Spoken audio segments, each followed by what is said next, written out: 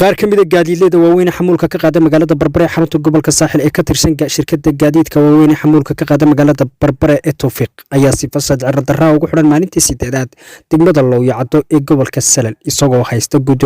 ku-xigeenka iskaashatada ka howlgasha gobolka Salal oo gaadiidka uu maamulo qaar ka midna ay ka howlgalaan magaalada Barbare xarunta gobolka Saaxil oo qaar ka mid ay maanta ku imanayaan magaalada Barbare ay safar ku joogaan iyagoo xamuul ka qaadaya magaalada Barbare iyadoo iskaashatada Tawfiiq qaar ka mid oo ka cudur daaray magacooda la sheeganay ay xaqiijiyeen inay ilaalinayaan nidaamka iyo sharciga u yaala qaranka Jamhuuriyadda Soomaaliland iyo ka iskaashatada ahaanba waxay madaxweynaha qaranka Jamhuuriyadda Soomaaliland wasiirka arrimaha gudaha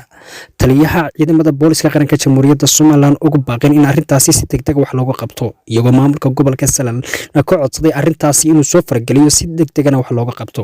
gaadiidka la haysto ee muddada 8 cashada sifada sharci darrada ugu xiran degmada Looyacado ayaa waxa u dhan sifihii sharci ee gaadiidka uu ku dhaxmaro qaranka Jamhuuriyadda Soomaaliland sidoo ay xaqiijiyeen mid kamid ah wadadayaasha gaadiidka waaweyn sifada sharci darrada ugu xiran degmada Looyacado